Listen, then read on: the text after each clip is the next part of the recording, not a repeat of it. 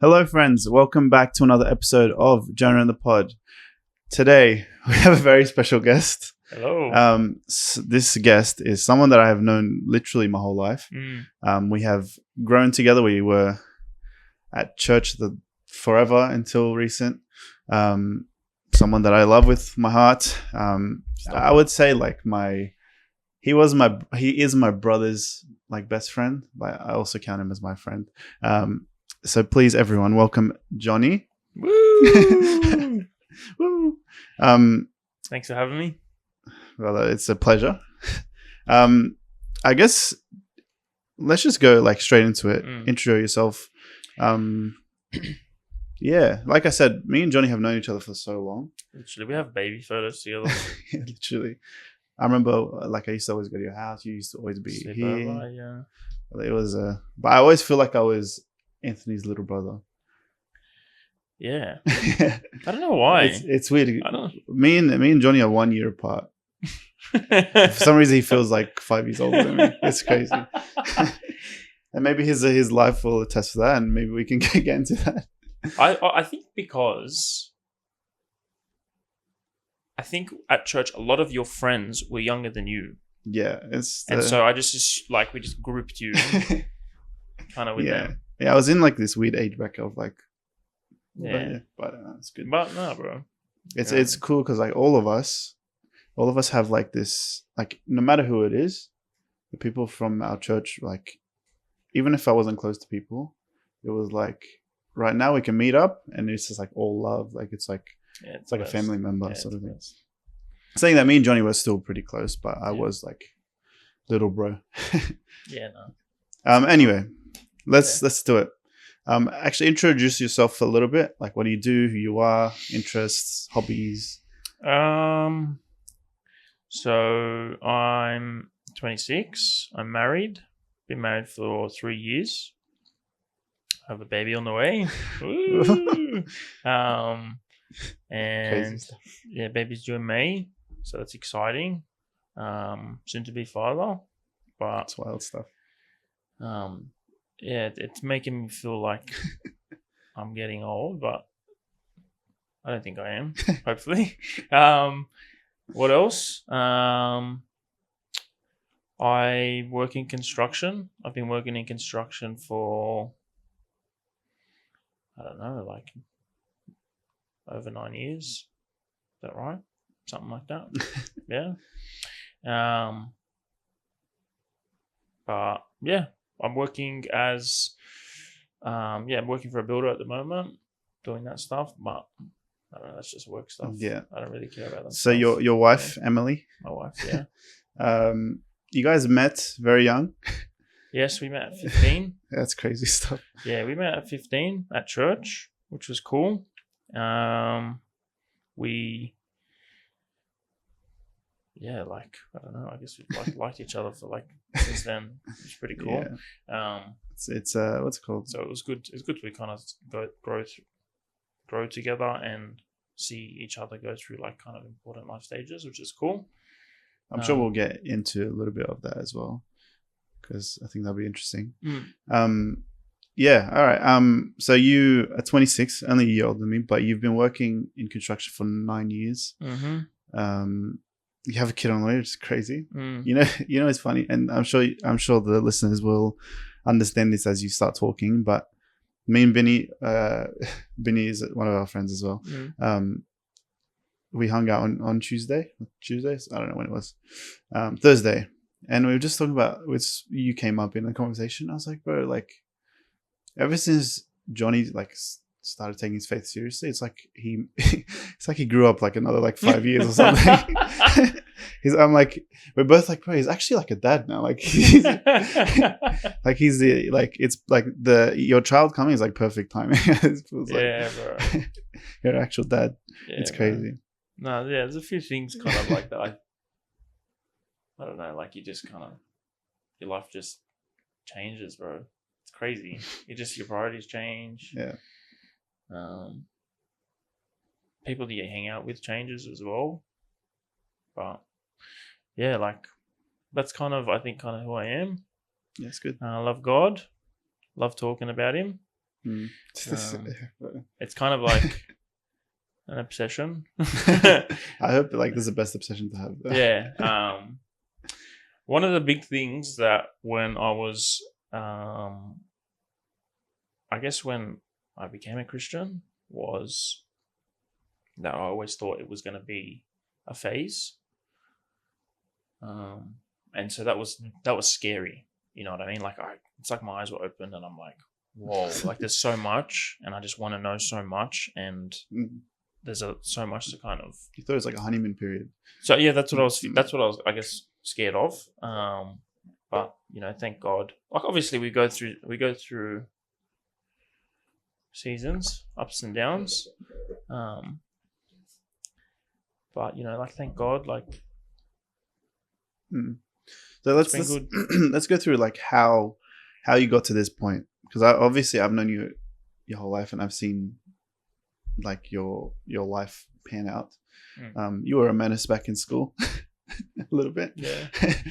So seeing the development, I guess, because you like the big change that I maybe I'm wrong. Please let me know if I'm wrong. But the big change that I have in my head of you was actually like the year of COVID when I wasn't even around, because I came back and you were just this new man. I was like, bro, what just happened? Yeah, I literally remember the first during COVID, like as in you were away. Yeah, I literally remember like I came back to church, like this was the first time in so long, and you actually shared, and I was like, what's going on?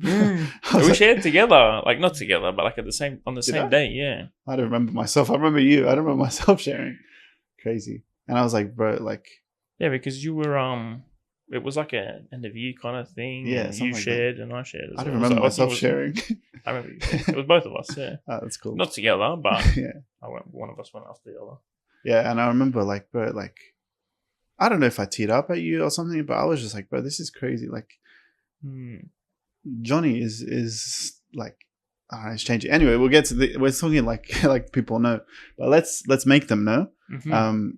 So I will ask you for your testimony, and I probably won't interrupt much. I'll let you just cook, and you can go as deep as you want, as shallow as you want, and then we can get into it.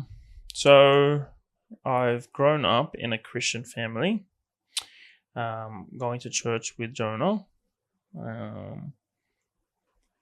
My dad was the pastor of the Arabic side, and growing up there was there was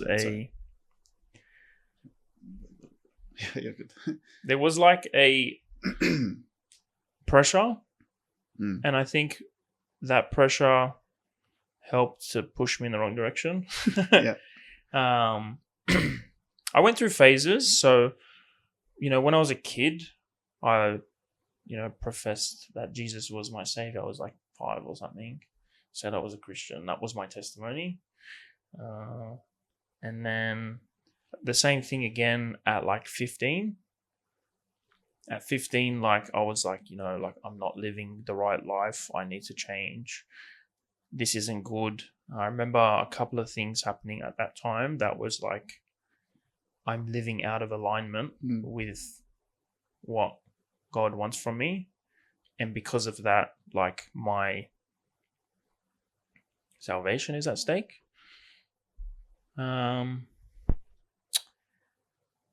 then from like 15 up until early 20s, maybe like 22, I was living pretty worldly. I still went to church, still went to Bible study, but you were pretty committed. I don't remember like not seeing you. You know what I'm trying to say? Yeah, like you're pretty devoted to actually rocking up. I think a big part of that was Em. Like she helped, just kind of, you know, like you have to come. Sorry. And then but I didn't want to go. Like there was times, especially like if I was going out, because I was going out a bit. Like on the Saturday night. On a Saturday night, I would not want to go, but she would be like making me go. Yeah. So I guess props to her for kind of being persistent. And I didn't really have much of a desire to care. Like, I didn't really care about like godly things. I remember having conversations with people saying, like, I wish I wanted to, but I don't want to. You know what I mean? It's like I want to. But, yeah. It was weird, and then there was like a weird period kind of during COVID where I don't know specifically what it was. It was kind of just before COVID. I kind of became like, I think I was an apprentice at the time, and I was on crap money. And one of the things that I wanted to change was like, you know, become like successfully driven. And so that's when I was reading books about like money. I was looking at like a whole bunch of different things. And during that period as well, someone encouraged me to start reading my Bible. And I was like, you know what? Like, I should be doing that. So I'm going to try anyway. Yeah. Like, I had seasons of, I'm going to read my Bible again and then not and stuff. So it was like a weird period where I became like a bit more interested in God, and then a bit more interested in being successfully driven. And then I merged. I didn't realize, but I was merging the two. Right.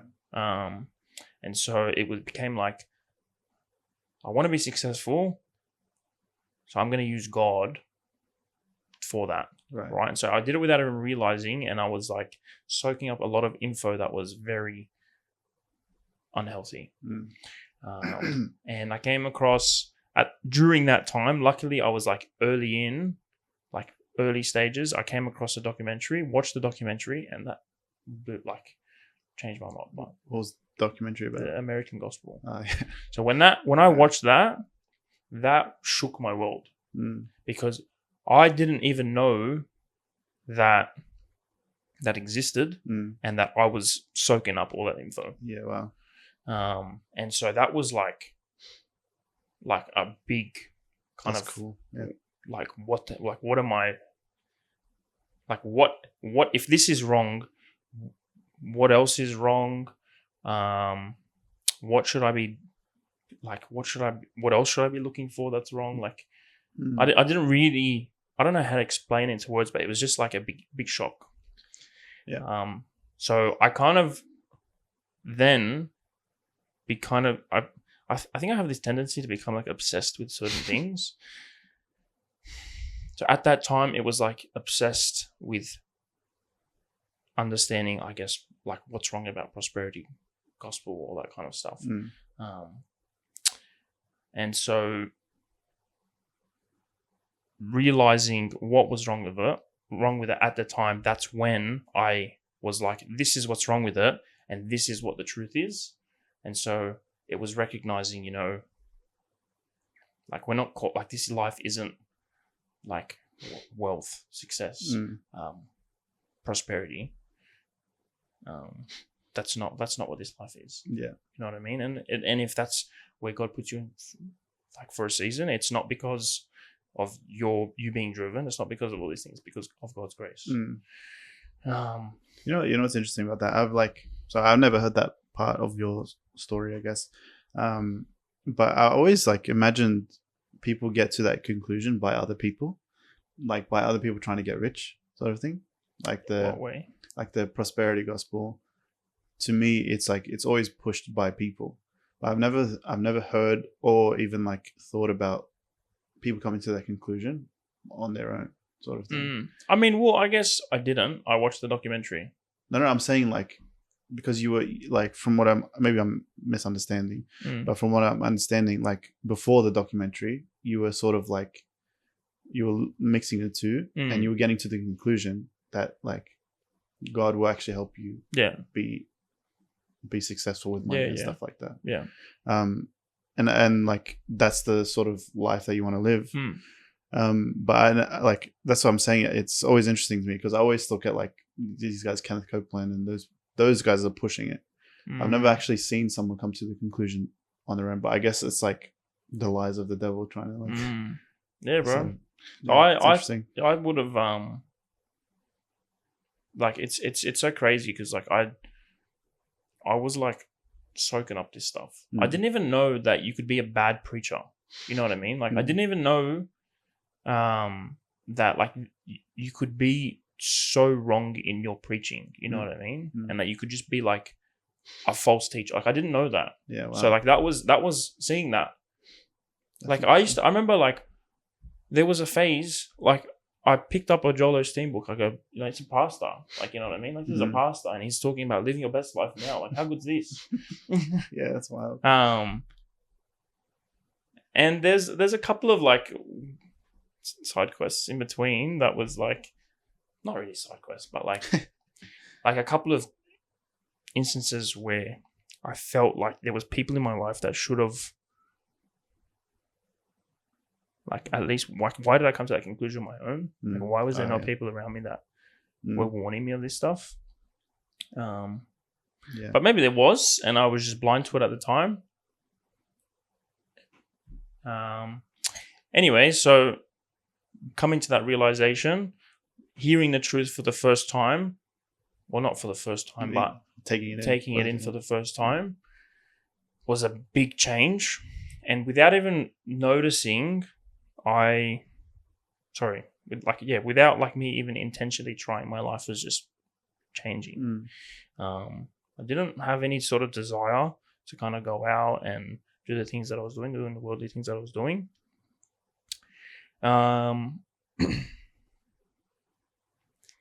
But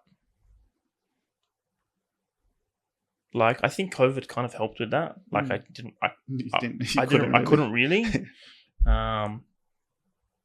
But there was still opportunity, but I didn't really want to do that stuff anymore, even though like a lot of people around me were still doing that. Yeah. And people were noticing. Like I didn't even realize. I kind of knew, like I kind of realized, but like I was just like, I don't want to do that anymore. Like instead of going out and being in amongst it, I was still kind of there, still kind of mixing with the same crowd, but I was just a little bit more on the outside. You know, I wasn't involved. I was usually like I was driving, rather than being like involved and stuff. So, then like people would notice that. After that, then that's when I started caring more about church, like showing up. Like getting there on time. Like I used to get there like halfway through the sermon. You know what I mean? Yeah. And I didn't think there was anything wrong with that. Like I showed up. You know what I mean? Like when At everyone least walks out, they're gonna see that I was there. You know what I mean? It's interesting. You literally were becoming sober minded. Like literally. You're also like your thinking got clearer and everything. Like and I started like kind of getting more interested about topics like theology and stuff. Like I could talk about that stuff. I wanted to pray. I wanted to be like, I remember when they were like, you know, we're gonna meet up and pray early before church. I was like, yeah, like let's do this.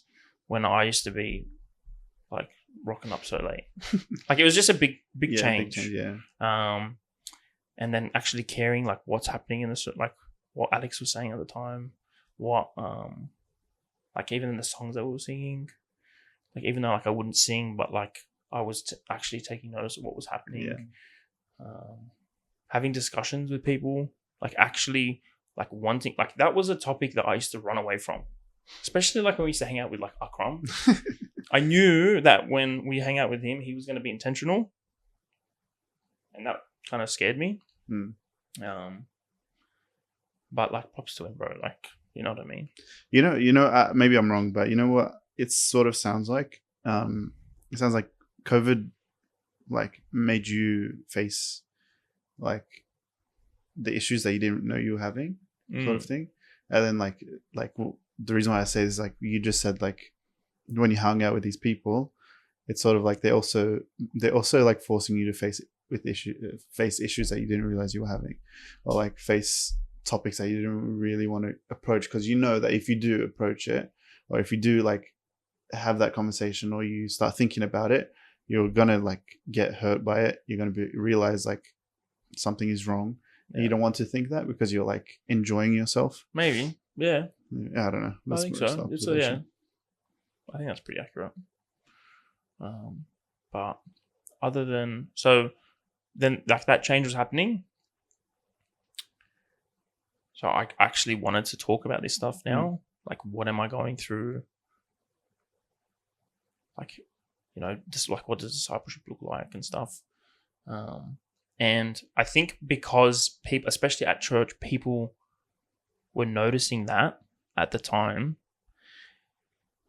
Like, in a way, I don't know how this is going to sound. I hope this doesn't sound like arrogant at all. But I think a lot of people were like disheartened during COVID. Mm-hmm. And I had a few people saying, like, you know, seeing you change has been really encouraging.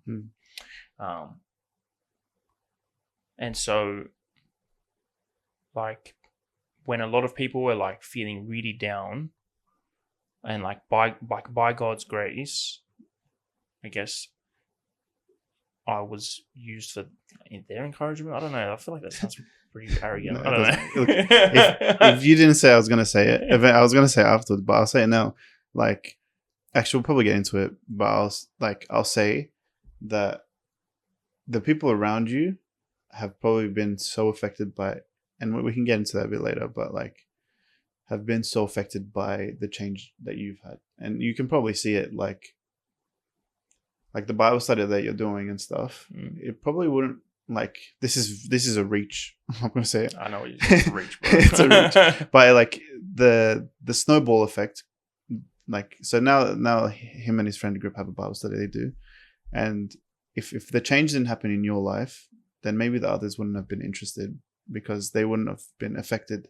Or obviously God works in mysterious ways, so we can't actually put a finger on it. But I would say like the snowball effect probably happened from your uprise, because you started encouraging people around you. And we like, that's not even talking about Emily, which I want to get into a bit later, but like the effect that you guys have on each other. So it's not arrogant. I think it's very true, and maybe not to the extent of what I would like what I'm saying, but I think probably. Oh, that's good. That's encouraging. So yeah, like it's been cool to see. Yeah, like people around us, like all starting to care about talking about this stuff. Yeah. Whether they're all interested, I hope they are. You know what I mean? Whether, like, I think I've seen like especially from that, like a lot of fruits kind of. Yeah, it's cool. So yeah, there's a few. Yeah, so I guess going back to, you know, like 2020-ish, that's when like that big change happened. That's when, you know, I shared like that's when people, like, they were like trying to get me like tell people this. Actually, yeah, I remember I remember at church, like Ray kind of, I got up twice, but like that's crazy, twice in 1 year for someone that. Wait, which one? So I think I remember the one that I shared with you was the English church. In English church, and there was one time. I was talking about the Arabic church. You were talking about the time? Yeah, that's what I was referring to. The first time? Like, but before, when you were like talking about it? Before, when I was talking about, I was referring to the Arabic. I was like, I don't remember me getting up, but I do remember me. We both shared something briefly in the English English church. Yeah, okay. Yeah. But the Arabic one is the one that's the one. Yeah, okay. That's the one that you would have been talking about. Yeah. But sorry, I fully distracted you. Yeah, that's okay. You're talking about sharing. Yeah, sharing. And then while I'm kind of like I'm like pumped up, church in a way felt like at Toonie was like, it was getting smaller, people kind of just slipping out, and that was disheartening. And I wanted to be like part of like this movement that was, like let's rebuild, like let's rebuild this. You know what I mean? And then when kind of like the end of 21, when a lot of the leaders left, I feel like we were all kind of confused. And then, but like, praise God, because that led me to let us, me and them, to move to the church that we're at now, Risen King. And so part of like a really good kind of community. It was a big change coming from Toonie, where you're literally like, you've grown up and your family basically, and you spend your like almost all your weeks together, to then having to meet people. But I guess one of the good things, like of many things, one of the good things that does is when you move, you could start thinking about what's church meant to look like. What should I look for? Yeah. And because you move, you want to kind of have intentional conversations with, because you're sussing out, you know what I mean? You're like, who are these people? I want to get to know these people. So you're having like intentional conversations, and you're seeing how they respond. But I had so many of those as well, like asking all these different questions of like, what is the church really like? What do they believe? What do they? But because of that, and because it's a young church, there's a lot of people like that. And so that's created like a really good culture of people having intentional conversations. Yeah, that's cool. Like, I had a guy, like one of the guys from church, call me up this week. Just finished work, and he goes, like, he obviously, like, he wanted to, like, he asked me a question. He goes, hey, I'll call him up. He's like, hey bro, how are you? You just finished work? Yeah, no worries. Listen, Johnny, how in the past 12 months have you grown spiritually? That's cool, bro. Like, I just finished work, bro. But like, because there's a culture of it, it's just, I was like, we're kind of just ready. So it's just like, yep, I think this is what it is. This is what's been on my heart, and how I think things have changed, and what kind of me and Em, like, what our relationship looks like now, and like, what do we think about church, and all these different kind of, like, how do we see God, and what kind of habits are we in now that are good or bad? Like, how's your Bible reading going? Like those questions were like, there's a good culture. So I'm really happy to be kind of where I am. Where, like, I'm sure, like, I don't know what to say, but like, in regards to like Toonie, like, God has a plan for Toonie, I'm sure. I think, like, bro, I every time I have someone from Toonie on, I say the same thing, and I'm like, it was such a blessing in the moment. And it's such a blessing now. Like, even what we've all been through, all the like the journey that we've been on, it's like everyone now, it's like, even though we're all in dispersion, we're kind like, of, yeah. You know what I mean? Like, it's still like we're family, but we're also like, we're doing well. Like, it's not like we have fallen off the face of the earth. Like, I don't know. Bro, that's the thing. Like, it's not like we're still kind of together. Still rubbing shoulders with each other. There's a few that I'm doing church with now. Yeah. I'm still seeing a few of them. Like, outside of that. So that's been really good. Anyway. Yeah.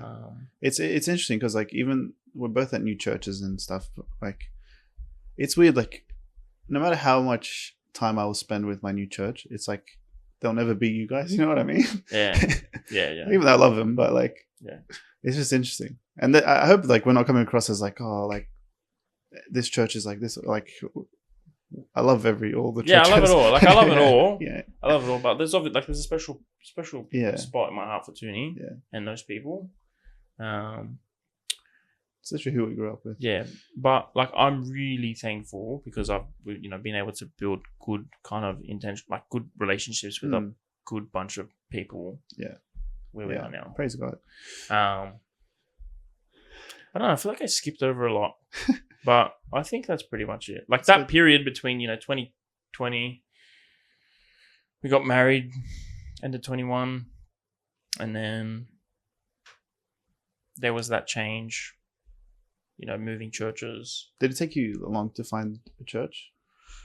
Because everyone had different I think I knew when we started going that this is probably where we're going to land. Okay.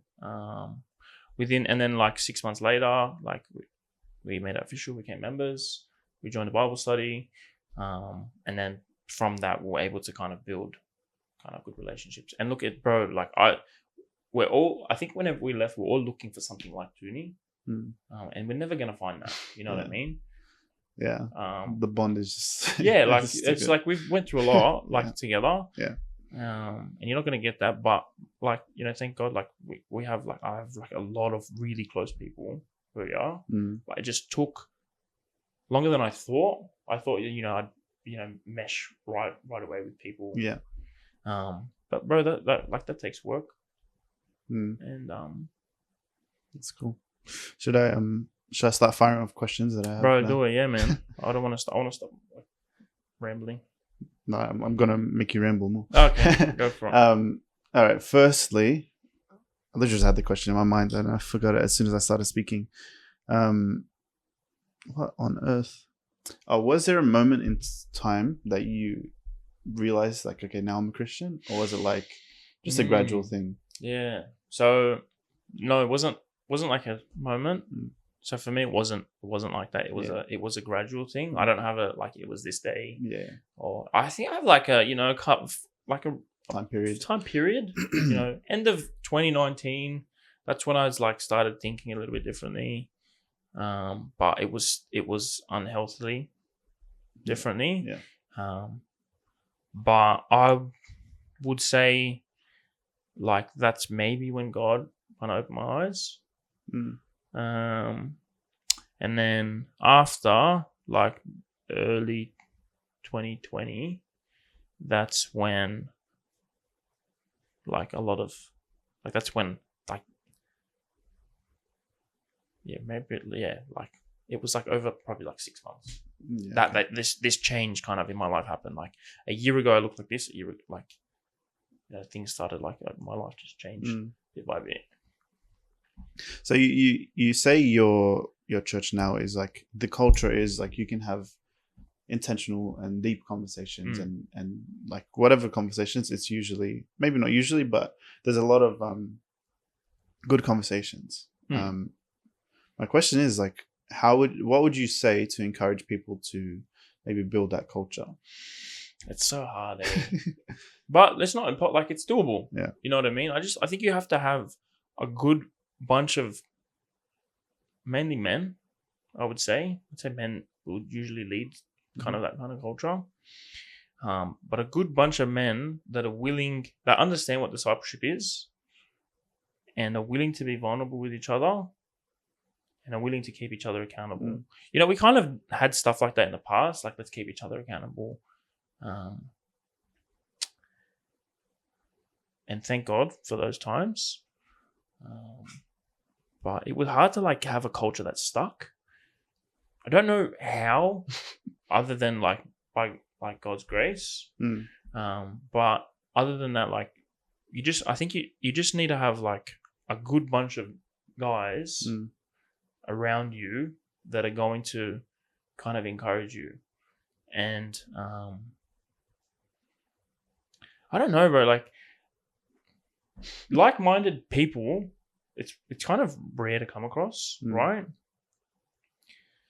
But like all I want to do is talk about God and theology. Like I don't care about how work's going. Like I do to an extent, but like I don't care. Like how did you watch the game last night? Like, bro, that's not really what I want to talk about. Yeah. You know what I mean? I want to get kind of like what's going on. What are you thinking about? Like Like, what's going to happen when you die? Or just what are you reading? Like, what are you struggling with? Like, what I don't care about meaningless combo. You know what I mean? Yeah. Where before that's kind of that's all I wanted to talk about. Going out partying or whatever it was. That's all I was cared about. So like now, being part of a community with like-minded people where you can just talk about like what are you kind of wrestling with now? Not necessarily what sin you're like. Yes, that comes up too, but like what are you thinking about? Like a lot of people are like either thinking about different things, like how we do things at church, something that was said in the sermon that either maybe didn't sit right with them, and they're thinking maybe why didn't that sit right with me, or why did he say it like this?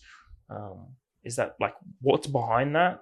What's his line of thinking, and why has he landed there when I would have kind of landed somewhere else? And then doing kind of like doing church with those people, having convos with those people at church, and then like doing Bible studies with those people. It's just like it makes a world of change, as opposed to, because we spend most of our week at work, right? Like a lot, like most people spend most of their time at work, and so they're surrounded with work jargon, worldliness, and like especially being like a tradie, like as a tradie, you can literally talk about like nothing's really off limits, right? Yeah. So, but having like a deep convo is pretty hard. It happens sometimes. And usually in like a mocking way. But yeah, I don't know. Like, I don't know where I was going with that. That's good. I think I think what you were saying is like it's hard to come across people with the like same mind. Yes. And yeah. I've probably mentioned this like 4 million times on this podcast, but favorite book and a favorite chapter, Philippians 2, and it says that just before my favorite part, it talks about the church, and it talks about when to have one mind, one love. Maybe I'll just bring it up. Yeah, pull it up. Philippians 2. Philippians 2. I think it's like verse 2, maybe. Let me get it up. This is the part I don't really mention when I bring up this thing. Wow, it is verse 2. That was good. Flex. Actual flex. Complete my joy by being of the same mind, having the same love, being in full accord and of one mind. And then it goes to my favorite verse. Same. I can bring it up. Do nothing from selfish ambition or conceit, but in humility count others more significant than yourselves. And bro, how hard is that to do? Yeah, it's very hard. But once you do have that same mind or the same love, and you're in full accord with one another. Yeah, bro, it'll just flow out. Yeah, it literally just flows. And I think the way you do that is like individually, you have to want to be better. Like you have to want to actually be in your word or be, and if you're struggling to be in your word, you have to be like wanting to be vulnerable or have the ability to be like, Johnny, brother, I need your help, or like I don't understand why I can't read the word. Like I struggle with discipline or like whatever it is. Yeah, I think it was sometimes the struggle is like, oh, we don't want to be overbearing, or we don't want to be like. Yeah, it's so hard. You don't want to be annoying. Yeah. You don't want to be that annoying person. You know what I mean? It's so hard, but it's interesting because like I think everyone, maybe not everyone, but I think a lot of like genuine church-going Christians, like whatever, they recognize the importance of it. Yeah, and they'll be more than willing to copper. Yeah, they'll be more than willing to help out. Like when people say like, let's say you're going through something, and I say like, if you need anything, let me know. I think people don't take that seriously. Like, yeah, no, they don't. But like, I'm genuinely saying that to you. Like, genuinely, Johnny, like, if you need me to come clean your house all day, like, I'll do it. Like, you know what I mean? I don't know why. And if you're going through something, I'm joking. I'm joking. But like, maybe like I would say most people when they say that actually mean it. Like I could ask anyone from my church, be like I'm going through something. Can you help me with this? And usually I think they'll be like, yeah, of course, bro. Or they'll if they're busy, they'll find something or some way to do bro. it. You know what I'm trying to say? But I think maybe it's the lies or whatever it is. Maybe it's us trying to be selfless. I don't know. It's just something. I don't know how I'm getting to this, but like the Arab mentality of like, I got to pay for you, like, and then we'll fight for whoever pays first. It's not gonna make sense until I finish the point. I'll let you get there. Hopefully. It's like I've gotten to the point where I'm like I'll always, not always, but I'll be most of the time like willing to pay and willing to shout you when we go for lunch or when we go for dinner, whatever. But when people offer to pay for me, obviously there's a bit of like hesitation. Yeah, there's a bit of hesitation, but I'm like, they want to do it. Like it's like, let them be a blessing. Yeah, and one of my favorite verses as well is it is more blessed to give than it is to receive. I'm like, when I'm saying like, no, Johnny, I'm not letting you pay for this. I'm actually depriving them. I'm depriving you of a blessing because I'm thinking like, oh no, it's selfish of me. And the reason why I'm saying this is because when I'm like when I'm going through something and I'm not letting you do something for me, or I'm not letting you to be a part of helping me, it's like I'm actually stripping you of blessing me, like of receiving a blessing. You know what I'm trying to say? Anyway, I don't know how we got to that. Because that's actually funny because I had that thought literally today. Today someone was carrying a box.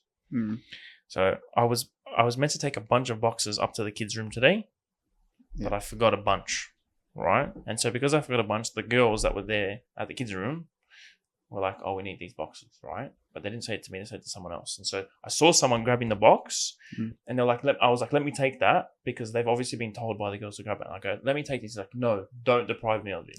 Something so small, right? Like I want to be blessing people somehow. I want to be working somehow. I want to be serving in some way, right? And this is like a type of person that like, they're serving a lot. You know what I mean? So like they could have easily have just been like, thanks, bro. Like I've got a lot on my plate. I'm thinking about X, Y, and Z, about how to serve the church in some sort of way. But they were just like, no, let me just take this box. I had a thought to something you said, but I've bloody forgotten that. When you were talking about you should cut me off. No, I didn't want to. I literally said I'll let you finish. Get there. I can't remember. I can retrace all my steps, but no, it's not worth it. It's alright. I'm sure it's not worth it. If you just if it comes back, I'll just say it. It'll be completely irrelevant. It happens so much, bro. I'm not joking. It happens so much. Maybe when I'm rewatching it, I'll be like, "That's what I was going to say." Just message me instantly. I think having that and having the vulnerability for sure. All right, I think it was on that. Was it? I think it was. Should I start talking about that? No, one of the things. I think this is what it was, but like being part of a group of people that are. I've remembered. There we go. I've remembered. Thank goodness. So, like how I was saying, you need to be part of a group of like-minded people, but those like-minded people, in some way, need to be like fighting the good fight. You know what I mean? Yeah. Like being intentional with their time, whether it's like they're disciplined, reading their Bible, they're spending time with God daily. Like they have obviously like we all stuff up, right? Like as in we all could be better. Like I'm not reading my Bible 7 days a week, right? But I'll try and be disciplined that before I go to work, I've made time to spend time with God. And yes, I sleep in and I stuff up or whatever, or I'm lazy. But I want to be, if I look back, when I'm 80 years old and I look back at my life, I'll be like, I spent most days in the Word. You know what I mean? I can say something like that. So having a bunch of people that are kind of like wanting to produce fruit in their life, whether it be like killing sin, serving each other in some way, and you're all being fed. And then like checking up on each other, like that makes a world of difference. It's not like it's different to like a whole bunch of guys that are struggling. Like, yes, like it's just better than nothing. But like a whole bunch of guys that are just struggling, that are kind of flaky, is not like, it could just be, I don't know what the word is, but it's not. I can tell you what it is. It's the blind leading the blind sort of thing. Yeah, I don't want to say it like that. I don't want to say it like that because we're struggling and like they're kind of doing the best with what they have. I get it. Yeah, I say this all the time though. Like we need people that are victorious in their battles. Like for you, you have that discipline of reading every morning. We need you to speak up. Like in those groups that are of people that are struggling. You know what I'm trying to say? Because the problem with a bunch of people that are struggling, like men and women, whoever, the problem of that is there is no, like, it's very hard to grab onto some hope that it is possible, because all you're seeing is like people struggling or people failing in what they're doing or whatever. It could be a multitude of things. And they also will think it's fine. Yeah, also that. It's, you've built like a tolerance to it. Yeah. But when you see, let's say, like, I'm just going to use you as an example. Let's say, okay, Johnny has like shown this group that it is possible to get through that. It is possible to put down alcohol. I don't know, like whatever it is, right? And what that would do for the people that are struggling is actually, oh my gosh, there's hope. Because hope is not having hope is like one of the biggest killers for people that are struggling with something. Like not seeing that there is actually something better on the other side, that the grass is green. I think there's also needs to be like a sense of like humility. Oh yeah, for sure. Right? Like it's very easy to be seeing someone doing some sort of good and then being like, that's just a phase or something. Or he thinks he's better than us or whatever. Why aren't you just drinking with us? Or I'm not saying that's where, like, that's it kind of, I'm not saying that's how I felt or how I feel, but like I could see how that could become a problem. Yeah. It could easily just become a problem where it could go either way. I guess you could either see it, be encouraged by it, or you could just be pushed further. This guy thinks it's better. But I'll say this, like, if let's say you're just doing it purely out of like, because you're more disciplined, you're more of a man, like that kind of thing, I think it'll come across as like you think you're better than us sort of thing. But if you're doing it because like you've struggled, you have an appreciation for God, that like God is so much more important than this thing, or you like I think it's just the way that you would approach it. It'd be like, guys, like I've gone through it, but let me tell you, like, it is possible. I don't think you should come to us as be like, guys, what are you doing? You can't be in this sin. It's disgusting. Like, you know what I'm trying to say? But I think there is times for that. There is there is times but for like that. in a group setting, it's not. But in like individuals, if you came up to me and said that, I'd be like, yeah, you're right. Like, you know what I mean? But like for someone else that you don't really know, then it will become judgment. I think it's just based by like, I don't know. Yeah, it's always the hard thing. Like I say this thing where like I try and like when I'm, especially with my friends, when I know they're struggling, I want to slap them. I do, right? Yeah. But I want, like, I want the best for them. I really want the best for them, and so I feel like I can fix their problem. Like, you just need to be more disciplined, like in some way. Like not that just being disciplined is going to fix your problem, but like something like being in your word every day is going to change your life. It's going to change your life. Yeah. Like, this is a supernatural book, right? Like this isn't like some other, like, just some self-help book. Yeah. Like this is like, will transform your life. You know what I mean? Yeah. I say this thing where like if you want to know God more, reading your Bible. I've butchered it. So if you're in your word more, you're going to know who God is more. When you know who God is more, you're going to love him more. When you love him more, you're going to obey him more or better. You know what I mean? Mm.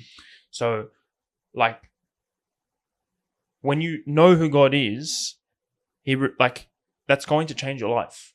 Yeah. You know what I mean? Mm. You're going to that should transform your life. You know what I mean? If you recognize what God has done for you, who He is, how He continues to show you love, like that's gonna be a world of change. Mm.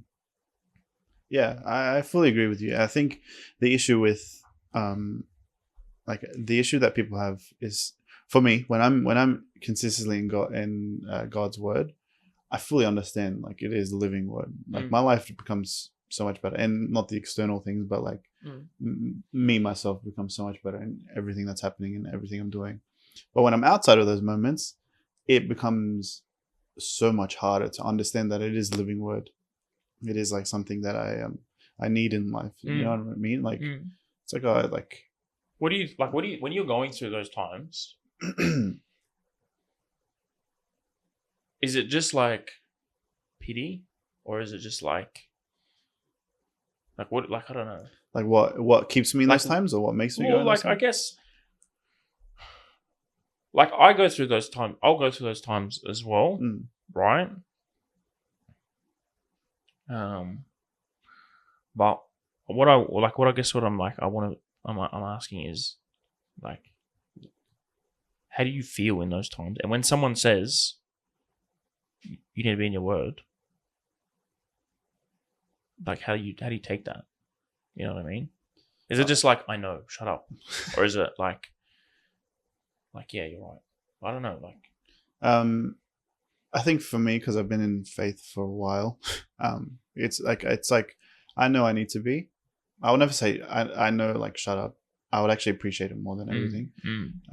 The problem is probably, like, I don't have that enough, sort of thing. But for me, it is like, you don't have enough people telling you to. Yeah, like, don't get me wrong. I have to be blunt with you or something. Is yeah, what you're saying? Yeah. It goes to my previous point. Like, we don't want to be overbearing. It's sort of that happens as well. For me, it's like I would be receptive to that, but I know other people wouldn't be.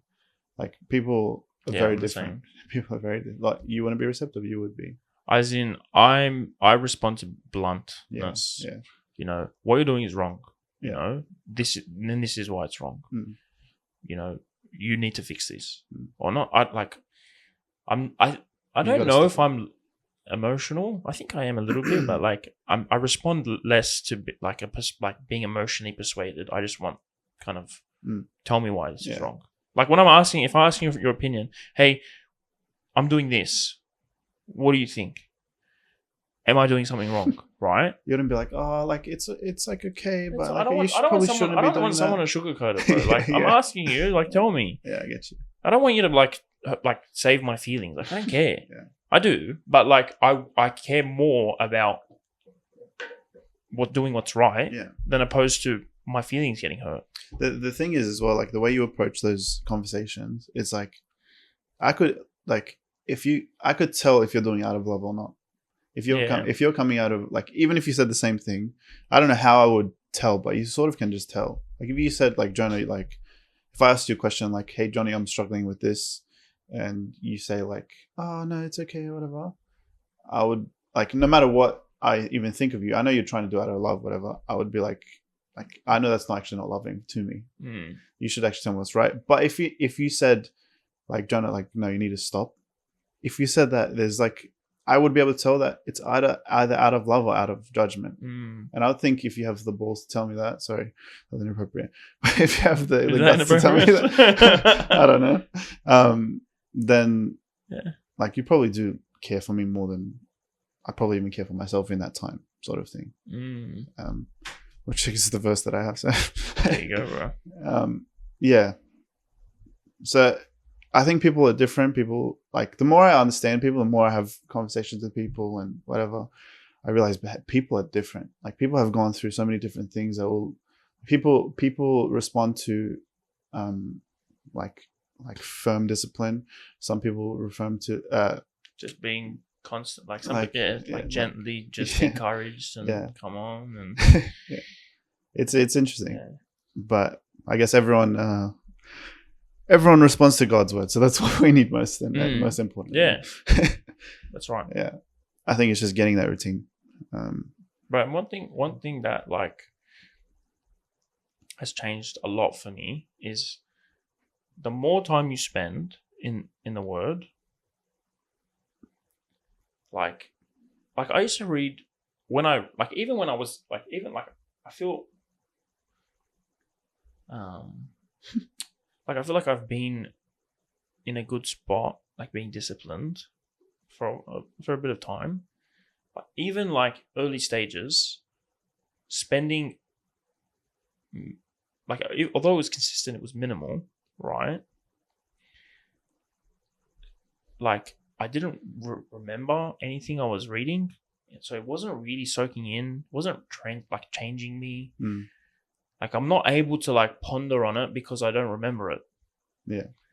So that's been a world of difference to make more time on like what is this actually saying, because you're thinking so much more deeply about it.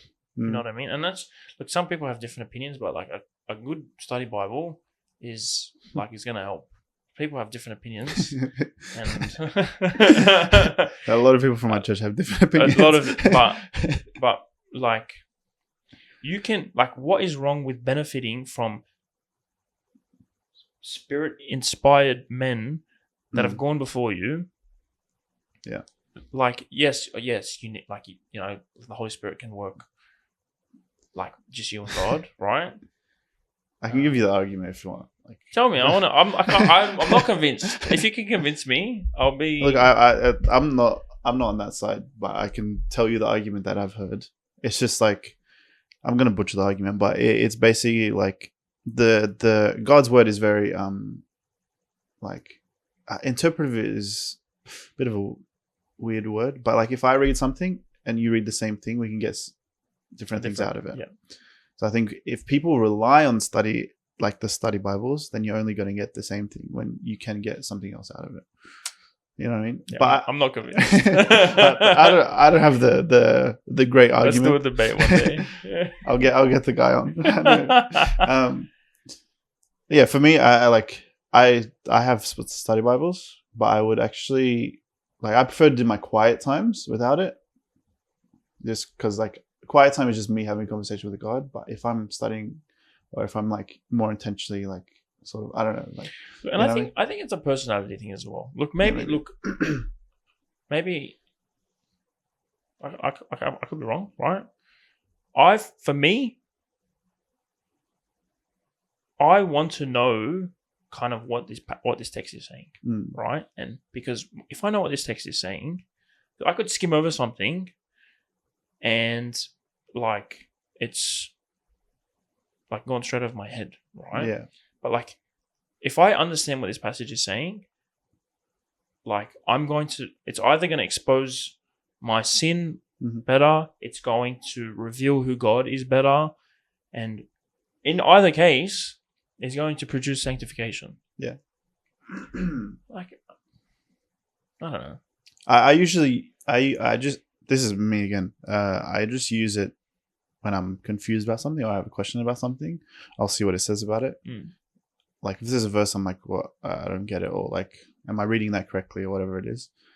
Like I'll go to this thing, or if there's a definition or something like that. But I do also like to come to my own conclusions. But even when I do, I sort of like to back it up with what they're saying as well. And if it doesn't, if it doesn't say anything on that, then I'll ask the boys, or I'll speak to people. I'll do. What's the difference? See, what's the difference between you asking the boys and you checking your study Bible? You're checking yourself. Yeah, I know. No, but that's what I'm saying. Like, I still use the study Bible, but I use it after I've sort of had my like conclusion, or like I don't want to use, because when it comes down to like you're using the study notes to sort of read the Bible. Text, yeah, it's sort of like you're reading study notes rather than you're reading the Bible. I get it. Yeah. I get it. That's my look. Personal. I think as well, for someone like me, like I don't know, I feel like I could be so much better if I knew the word better, right? Yeah. But I don't know it. Like, I don't know the ins and outs. You know what I mean? I need help. So maybe like if I've been, like I'm an old man and I'm kind of like okay, yeah, study notes will do me a little good. Yeah. But I don't know. It's weird. I've been like on different like vibes to a lot of people. The way I read God's word, it's like I've been on this for a while, and I say this a lot, but I've just been like his kid, and it's just like I'm going to dad and I'm talking to him. Man. Yeah, and that's why like theology right now is like not on my priority list. I know it sounds a bit weird, but it's just no, some people don't. Yeah, I get it. And like right now, it's just like, man, I just want to hear from my dad and see what he has to say to me, give me some advice, tell me what I'm doing wrong, like tell me what I'm doing right, sort of thing. And when I'm doing that consistently and doing that well, bro, I feel like it's a kind of like where your heart's at, like in whatever season you're in. But I feel like it's the same, almost very similar to the same person that is saying like, I just want to understand what this text is saying. Is they're trying to. I want to know what God is saying. Yeah. I want to know what God is, like what sin I'm doing. I want to know how I can fix my life. I want to know. It's just kind of where your heart's at. Yeah. Where like sometimes it can be tiring to always be thinking about. Yeah. What's right? What's wrong? I don't know. I think people can be stuck in theology and like forget about the like the everything. Look, I've heard that. I don't know. Maybe I'm there. I don't know.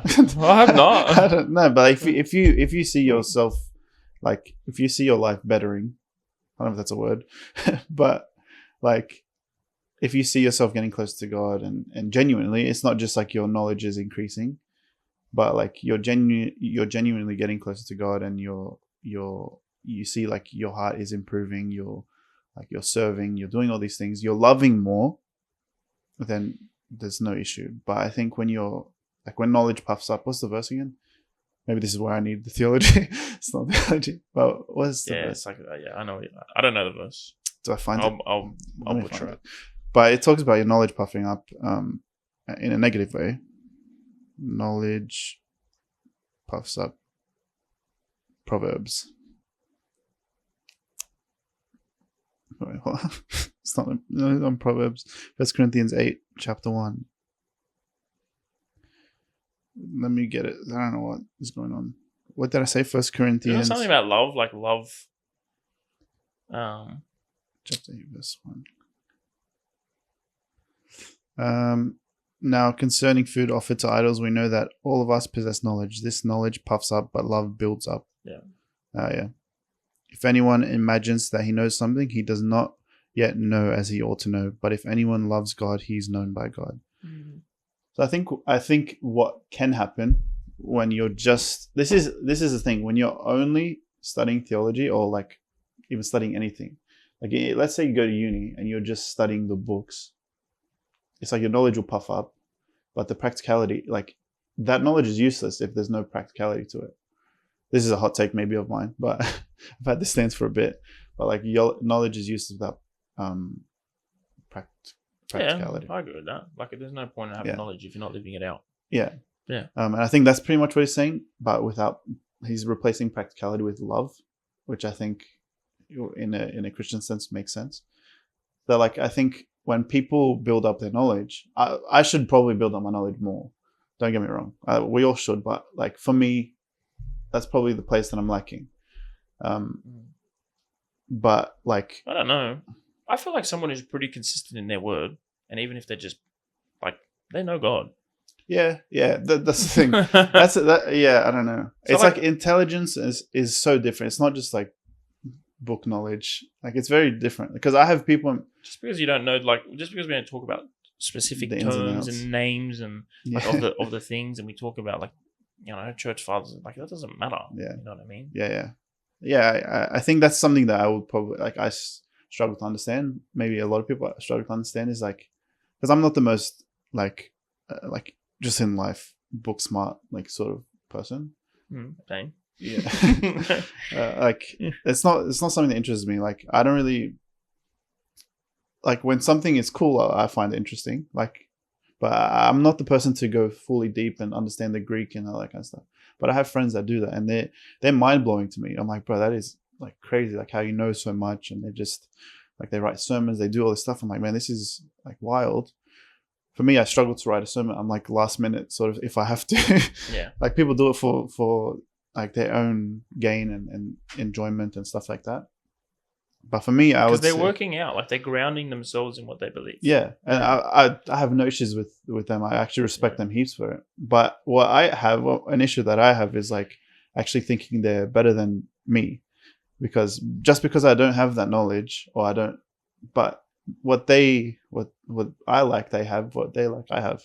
So like maybe it's like emotionally intelligent or like understanding people or being something I'm actually understanding about myself is I've realized like I can be, it's going to sound so cringe, I think, but I can be sometimes like a voice for the people that aren't heard a lot of the times. What do you mean by that? Like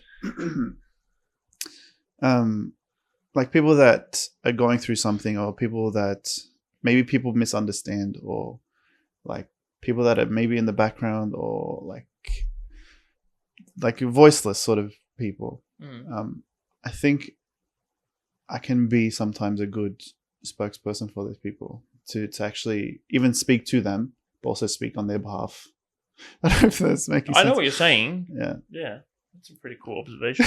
Yeah, it's very recent. And maybe I'm so wrong. Hopefully that's not prideful as well. But it's just, no, I think that's cool. it's observing. But yeah, I don't actually have no idea how we ended up here. I didn't think this conversation would end up here. How long do you think we've gone for? An hour. That's pretty accurate. An hour and like 5 minutes. That's good. I'm comfortable. That's good. Yeah. Do you have more on that? No, I'm happy to move on. Okay. Yeah. All right. I had so many. When you were saying your testimony, I was like questions. But it always happens like this where I forget them. You did a notepad. Yeah, I was literally thinking that I should get my like a notepad or something. That's so cool. So let's. Oh, there's some weird noise. Do you hear that? Is it raining? Is it? I don't think it's raining. Maybe someone's watering I don't know. grass or something. So I mentioned it to you before, how I want to talk about your effect that you would have on other people. I know we touched on it, but I want to specifically talk about your relationship with Emily, because I think this is so interesting. And he's like, what is he going to bring up? Yeah. You guys started at like a very young age. Like you got together at 15? Or was it like? Pretty much. Yeah. Yeah. Let's say that. And you're still together now. And I'm sure there's been a lot of shake-ups and whatever. I don't want to get into that. But what's interesting is she loved you before Christ. And she still loves you even now after Christ. Or during Christ, not after. After Christ saved you. That's right. After Christ saved you. What was I going to say? Yeah, and you know what's interesting to me within like seeing that from her, we should get her in. I think that'd be cool. Seeing that from her perspective, like Johnny just switched up on me, like sort of thing. Like it's not switched up on me, but Johnny had like a massive change in his life. He's like a new man. It's like this isn't the person that I signed up to be with. You know what I mean? But what's cool about it is that even that, like, I'm sure that she never thought about that. She probably just saw like, oh, Johnny's like becoming a man, like maturing in the places where like he probably wasn't maturing, whatever it was. Maybe we'll get her into asking these questions, but I find it very interesting because it wasn't like a. Can I just derail for a second? You got a MacArthur Study Bible, yeah? I know. And you're talking to me about it. I'm just playing it. I'm playing both sides of the coin. I told you I use it. Like, I'll get my friend on to argue. Anyway, sorry. I shouldn't have done that. Yeah. It's fine. I don't mind. What's I saying? Emily. Emily. She's changed. She's seen the change. Yeah, she's seen the change, but she's like she wasn't like pulling you back or anything, but you were actually like pulling her up with you. And I've seen when I saw the change in your life, the change was actually happening in her life as well. Like that's when she actually, I don't really know her too well, but that's when she, what I assume, started taking her faith seriously a bit more. And like that's when life got, like, you guys were getting married obviously, but that's when like life was getting more serious. And definitely like that made a big difference in our relationship. Yeah, and it's wild to me because like people change, and that's like a big thing in relationships and whatever. People change, and that's what derails some relationships. But it's very cool to see that your relationship, even though like you're someone that in my eyes has changed very, maybe because I didn't know you beforehand too well. I feel like I did, but you're someone that changed drastically for the better. And to see that in a relationship with someone that was with you, like, is actually mind blowing to me. It's like really cool because not only did you have an effect on Emily, but you had an effect on everyone. And even if you might not see it, like I'm sure Benny had, like you had an effect on Benny, you had an effect on Anthony, Mark, like all these people that you grew up with and whatever it was. Like I've seen them grow, and I think Mark had an effect on me. Yeah, but you all have an effect on each other. Like Anthony's like sort of loyalty, even though he was never in the scene, like he was always there with you guys. Like, you know what I mean? Like that stuff like that would have encouraged you, like whatever it was. Like even seeing like Akram's and all the boys from church, like we all have this sort of effect on each other, even if we don't know it. But what's amazing is like you have that effect. You kept your girl, and you like, or I would say you, but God through you improved her and her like getting close to God, which is the most important thing. Like I don't know, it's crazy. I don't know if I'm making sense at all. I get you. I know what you're saying. And I don't know. I just thought that was extremely. It wasn't even a question, but I was like, comments. Yeah. I think it's wind, by the way. It's so loud. I think it's just wind. No way. That sounds like someone's hosing something. I don't know.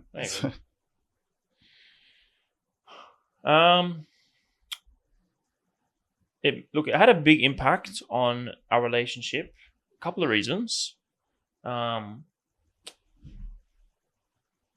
started, like, you think you love someone, and then like you understand what love is a bit better, and then you realize like your love will grow, right? But like it was just like a big difference. Can we actually get her in for this? She said she's keen to come in for a little bit. So, we'll take a break and then we'll come with her. We'll come in with her. So we're back. Yeah, we're back. Emily is now here. So the cameras have moved. A bit scuffed, but it was a last minute thing. They're sharing a microphone as well. Everyone say hi to Emily. Hi. Hi. Do you reckon they can hear? Yeah, they'll hear it. Yeah. What were we talking about? So Emily, just to catch up on things, even though I just did it off camera. I didn't ask Johnny anything, but I was saying like it's an encouragement to see the impact that he has had on you, even through his change. It's actually like impressive that you guys are still together, because it's like when people change, it's often like I don't know, you can butt heads and it's like, this is not what I signed up for, sort of thing. But then Johnny was getting into like what actually happened. So I was like, maybe Emily can also shine some light on this. So what I was going to say was what I was going to say was how our relationship changed dramatically because my love for her grew. And I think that grew because of a kind of recognition of what God's love is for me, right? I also had, because I cared for her and loved her, I didn't want to, I guess, I don't know, like what the word is. I didn't want to waste time in a way. What am I doing wasting this girl's time? Like, let's be serious about this. Yeah. And so that's when I realized I'm like, but yes, I want to marry you.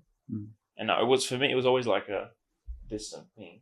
Like, I don't know, like young guys, any guy is so scared of marriage, right? Not me. I think women are just scared of me.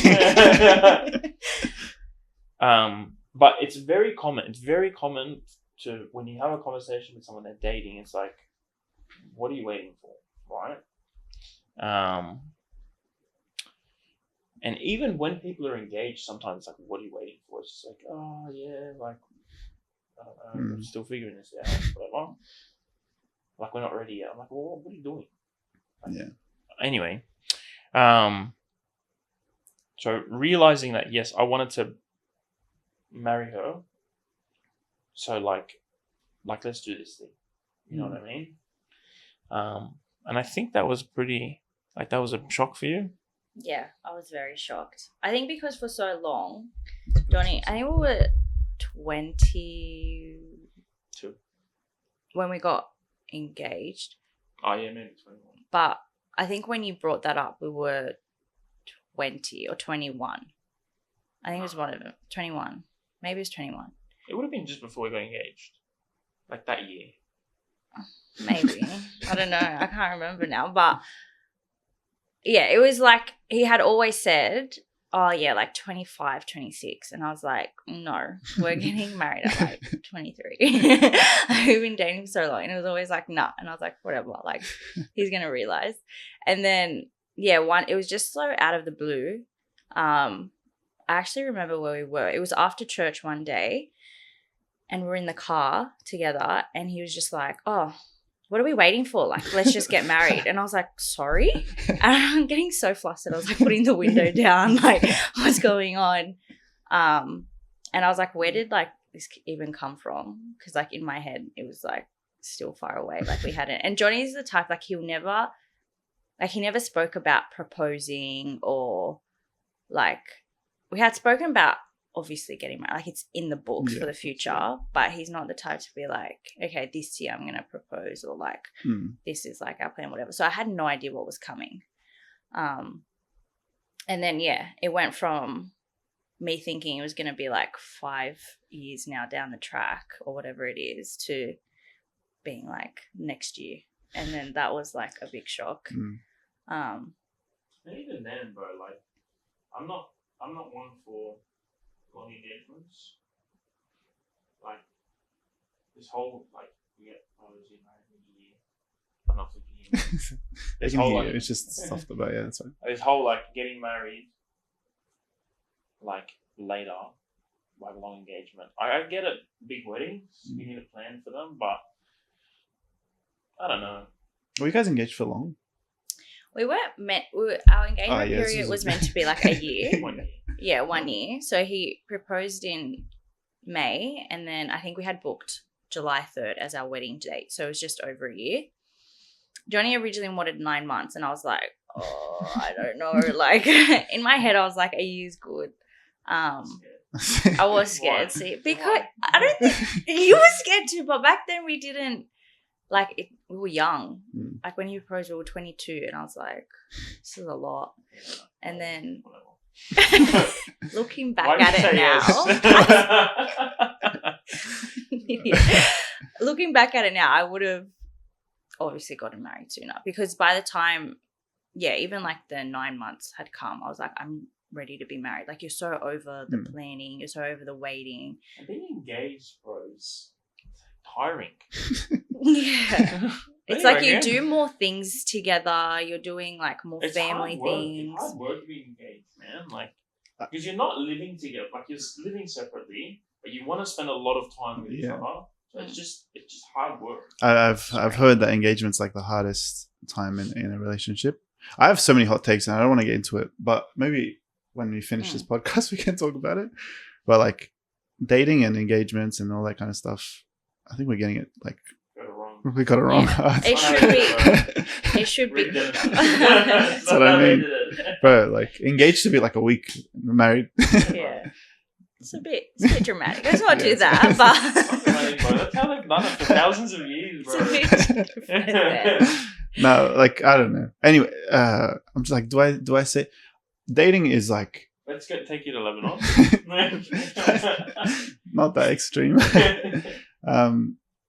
I just think like dating, it's just not a thing that used to be. It's not biblical. It never existed. I think like you find the girl, you propose, and like I don't know if it's a proposal or whatever it is. You get engaged, and that's like you're married without the officiality, officialness. But people take engagement as like there's still time to break things off. No, that's like you're engaged, like you're. If you propose, I feel like you should know if you want to spend the rest of your life with this person, no matter what. But yeah, I wouldn't. Looking back at it now, I don't recommend like a long engagement. I also don't recommend dating for long either. Yeah, and I think we dated for a very long time, but way too long. In your context as well, like you dated for a long time, but while you were dating, I don't know. Would you guys say that you were even ready for marriage? Oh no! You guys were like 15. No. Yeah, we were very young. Like it would just happen that we were like young and obviously like into each other. It wasn't until like we had this like I don't know what it was, but it wasn't until like I realized I want to marry her that I was, and I want to do this now. Mm. That's when I was kind of, I don't know, ready. Maybe I'd say like that's when when you want to do this. Before it was always like I'm scared to do this. Mm. So when you want, that's I think a bit like that's not what makes you ready, but more ready. Mm. But I think as well for like Johnny, that came because you were having that change of heart. Like God was working in your life, and that's when He started to change His mind on marriage and like relationships, and like your outlook on everything started to change. Mm. So speaking to someone who is like strong in their faith now, is a believer and is looking for someone, that's when I would say like, you don't have to date for like that long or be engaged for like that long. Well, like and working through stuff is so foreign to the culture today. You know what I mean? It's always like find someone, like don't marry someone like this. Make sure they do this. Mm. Make sure they treat you like all these things, right? Yeah. Yes, there is a lot of value in that, right? But it doesn't leave room to work through things. Mm. That's cool. I don't know. Do you think? Would you agree with that? Yeah, I think people give up pretty easily now. Like if something goes wrong, like you should have a stand in what you're looking for in a partner, and you should be attracted to them, and they should have the qualities you're after.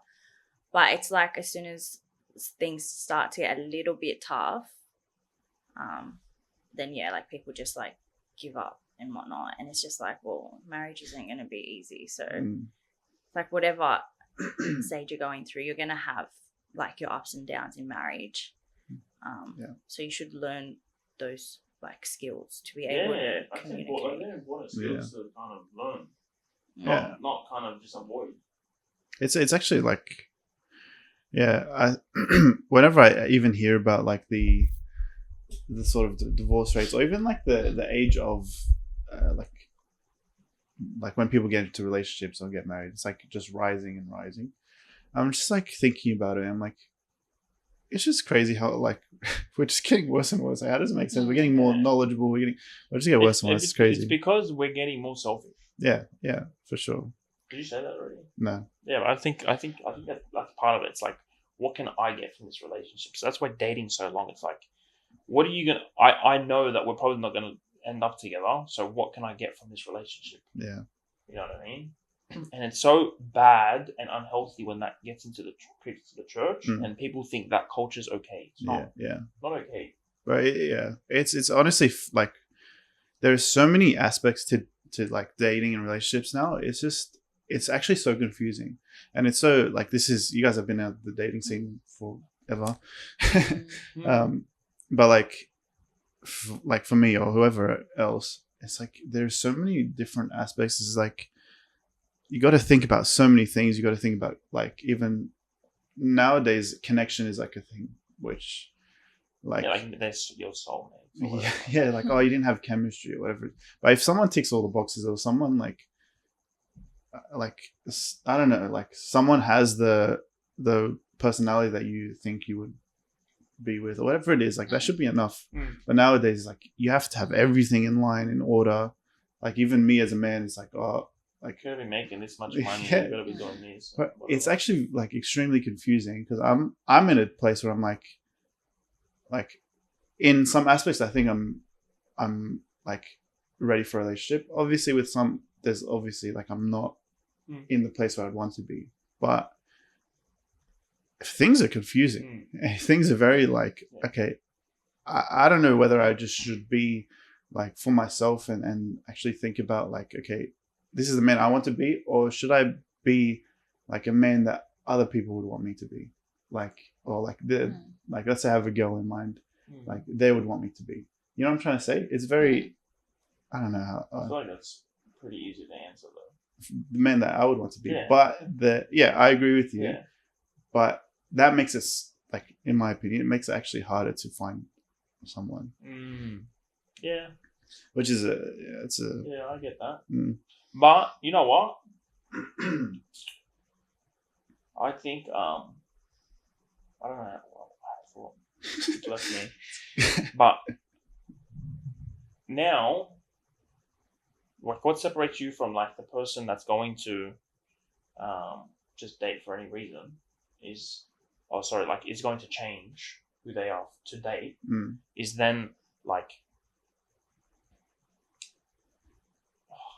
What's left me? It's annoying.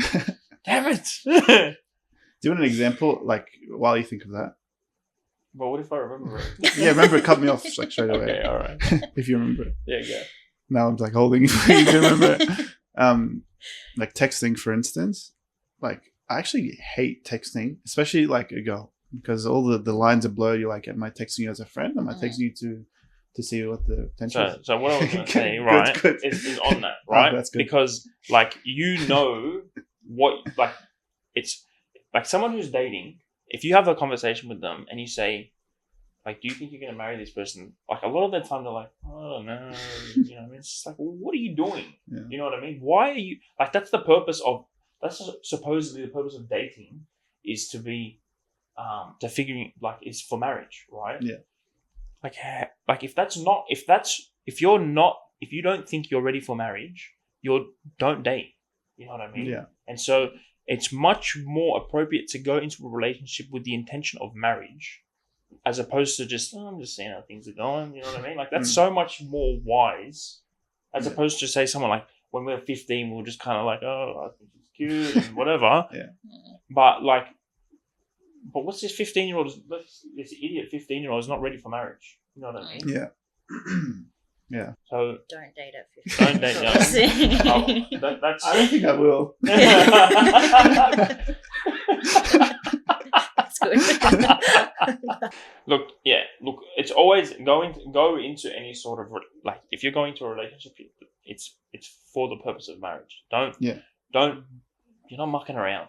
Like, why is that unhealthy culture getting into the church? Like, how can you confidently say, I'm a Christian man, and you're wasting this girl's time?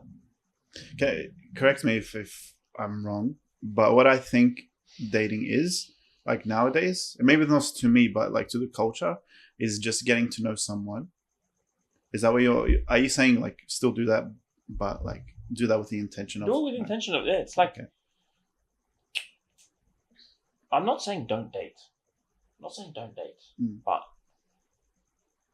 what I am saying is, like, do it with good intention. Yeah. You know what I mean? That's all I'm saying. Yeah, okay.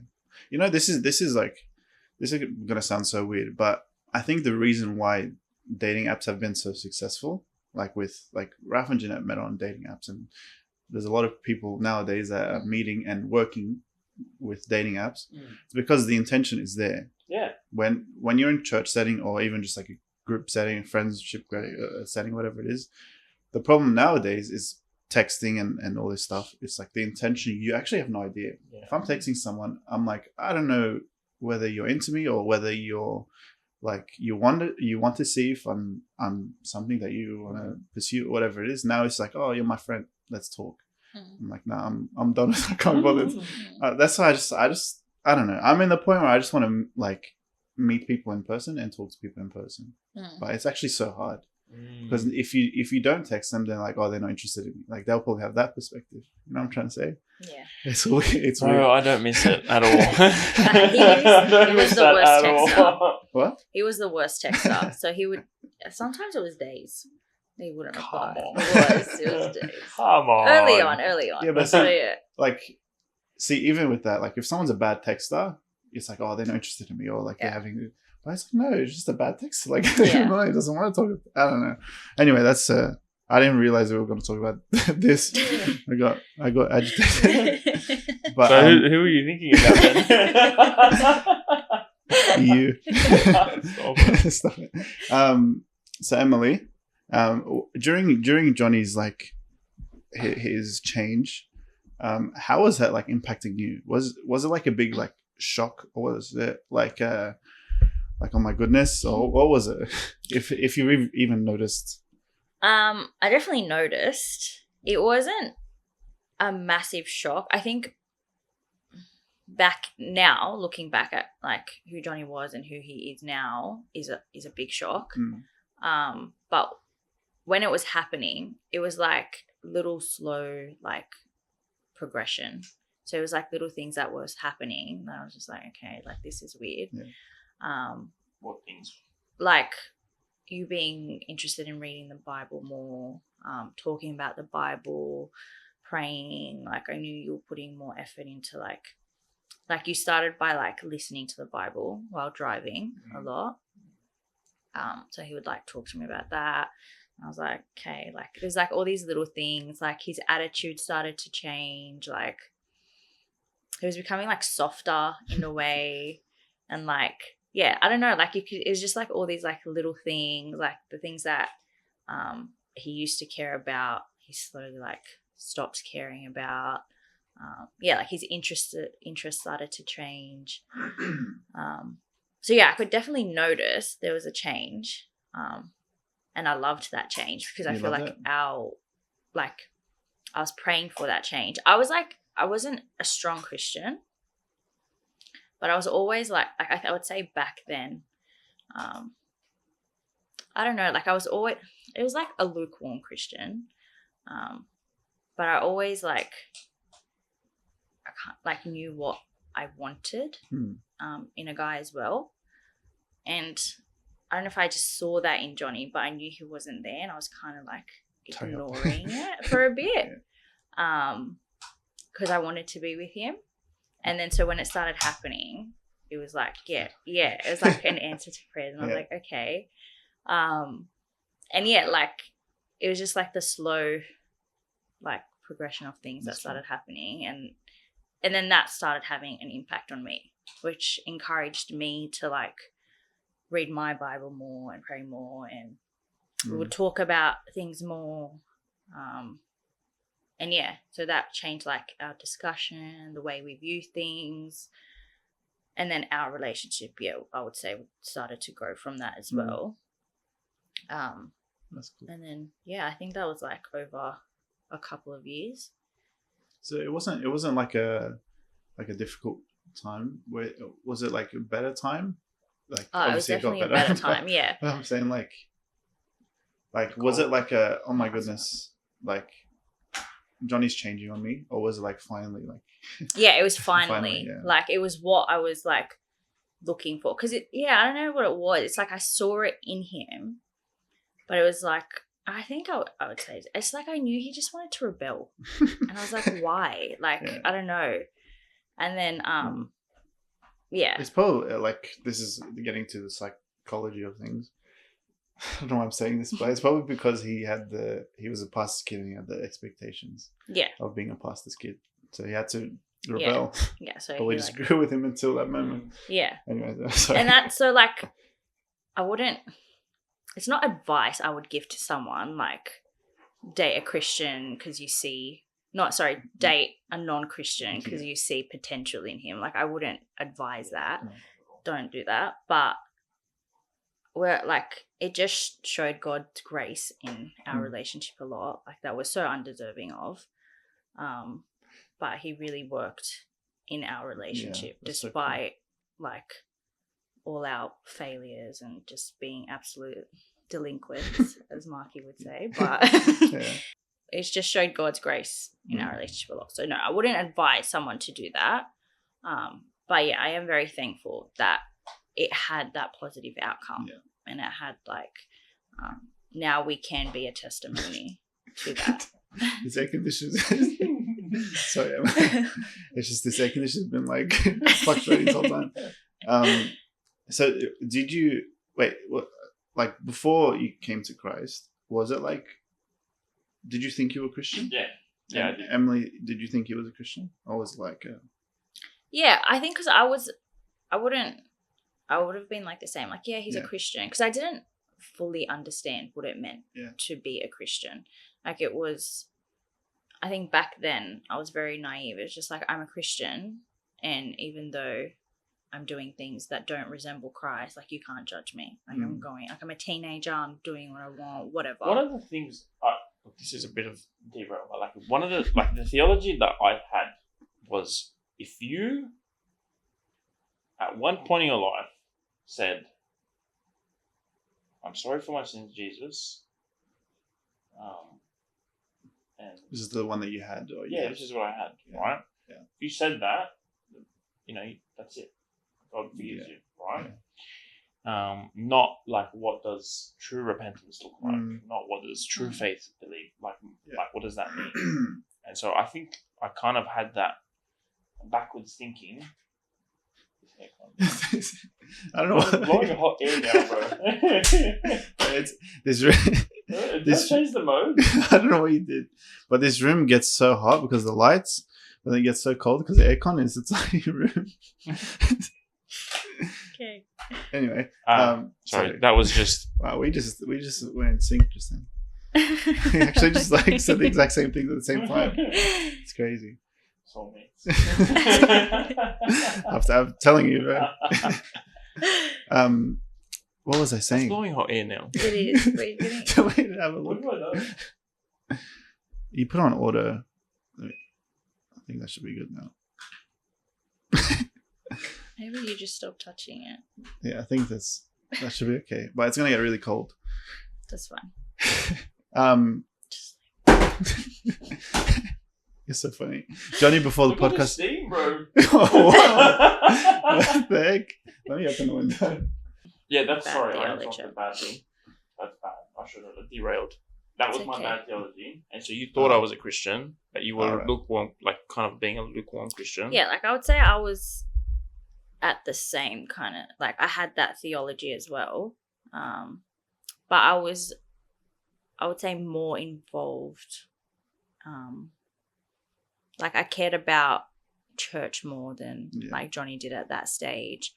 Church was important to me. I was still reading my Bible, still praying. I was just stuck in also kind of wanting to be part of the world, because all my friends were part of that as well. So it was more FOMO, and you're at that age of you want to try different things, and it's fun and it's not that bad, and we kind of just normalized everything. And it wasn't until I would say maybe when we got engaged. For Johnny was a little bit earlier, and then I started changing as well. But then realizing, okay, what we're doing is actually wrong. Yeah. I think this is the cool thing about how God has made us. Maybe I'm going to just start generalizing a little bit, but with women, I think usually they even when they're sort of into the world, these are for Christian girls. When they're into the world, they're not fully deep into the world.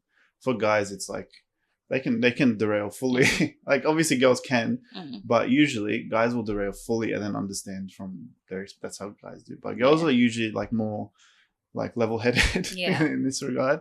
And I think what was probably happening is you were level-headed. You didn't fully go deep into it. Johnny just he's a man. He was a boy at the time. Now he's a man. And that's what happens. And and the good side of having men and women, women are the best, genuinely, because you were there by Johnny's side the whole time, and you were probably encouraging him like as much as he did now, like afterwards.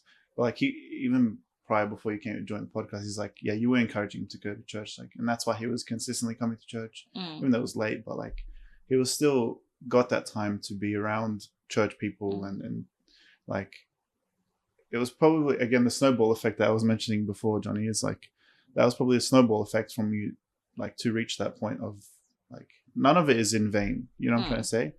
And then Johnny finally he manned up, took the lead, and now he's like, okay, Emily, come with me, like, and that's what happened. And I'm sure now, like, you're still representing that image where you're still encouraging him, and he's still leading in the best way he knows how. As he grows, you grow. As you grow, he grows. Like, this is the beauty of the relationship. And praise God for that. Like, you guys have something special. From the outside, by the way, like outside perspective, you guys have like a fairy tale. No. I know you guys are like, no, definitely not. But I'm saying from the outdoor, like you guys met at 15, you got married, all that kind of stuff. I know like the details are probably much more, but it's still like very cool. Again, we're like thankful for God's grace, and it is like a fairy tale in that sense that he has been through it all. And like I remember like committing to marriage and just like realizing we have to put God first, and like he has to be like the foundation. And I think that has helped so much throughout like our whole marriage. And you continue to like build on that.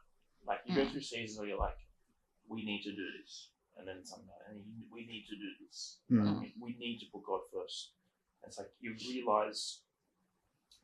You think you're giving him everything, but then you realize that you're not, and so you're giving him. We need to put this before him. And you think at that moment we think, and then we actually need to put this as well. That's what growth is, literally. Growth. I think like the main thing of growing is like understanding that God is worth more than the previous thing, and it keeps going until God is number one. And then like, even like now, like I've been in faith for a while, but like there are still things that I'm like. Sometimes I put over God, and it's not like I love them more than God, but it's like in those times I'm putting them. So that's where I need to grow and be like, no, God is more important, and that's the key. I love that. We can end here. Anything that you guys want to say to wrap up? Any advice? Advice? I just want to give like a clarification. Like I'm not going to encourage young dating. Just because it happened for us. Yeah. You made it pretty clear, I think. Like especially like women shouldn't give up looking for a godly man because they're struggling to find one. Like is that the pool washer somebody sent me? Bro, like you know what I mean? Like that's in my mind. Like there's so many boys that are just not going up.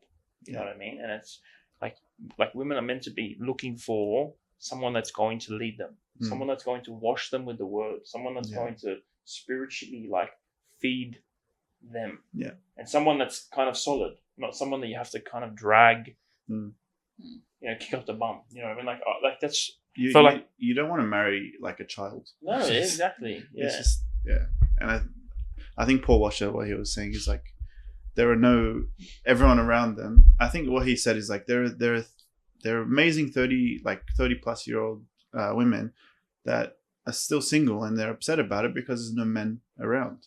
And it's a bit of a wild statement, and to some degree, like I would agree. Like I agree. Yeah.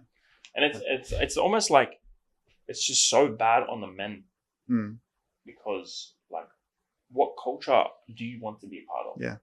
You call yourself a Christian, but like we wrestle with things that are so small. Yeah. We can't let go of because we're so attached to the world, or because we have wrong role models. Right? So that's why going back to like discipleship, it's like what are we called to look like? And it's like be you're not in a relationship now, you're not married now, but what's going to change? You know what I mean? If you're a godly man, single, like that's going to be a godly man when they're married. Yeah. You know what I mean? So, Love it. Yeah. I would just say strive to always, put God first. When you're dating, don't say, I'm going to wait until marriage and then we can like work on it together or whatever it is. Do it from the very start because it is going to make the biggest difference when you are married, because you're going to go through tough times in your marriage, whether it's early on, later on, whatever it is. It's never going to always be like, you know, rainbows and butterflies. And when those times come, because you have the same goal, which is God, and, you know, you're looking to him and his word, it's going to be easier. It won't be like always like a perfect road, but it's going to be easier to get through it. And you're going to be able to like, I don't know, just like love each other the way Christ loved you. Like you're going to look at that person the way like Christ looks at you, and be able to forgive and everything. So start that early on. And don't just wait. I remember like someone said to me, I asked them, because they were pretty, Martin Garcia, I asked them like, how, like, does it get easier when you're, and I sort of knew the answer, but I was like, what, does it get easier when you're further ahead in your face? Does life get easier? And he's just like, no, but it gets sweeter. And I was like, I think that's what you're saying. Like, it just gets sweeter. And praise God for that. And just looking at you guys and understanding your context in the relationship, like God does come in clutch. And I taught Leanne this word 2 weeks ago, but he does come in clutch. He pulls through when he needs to. It's amazing. So praise God. Thank you both for coming on. Thanks for having us. We'll have your solo episode with you soon. Next week. But yeah, thank you all. One day. Thank you all for watching. And I don't know if there's anything else you guys want to say. Thanks. Oh, good. Thanks, Yeah. guys. Peace. Bye.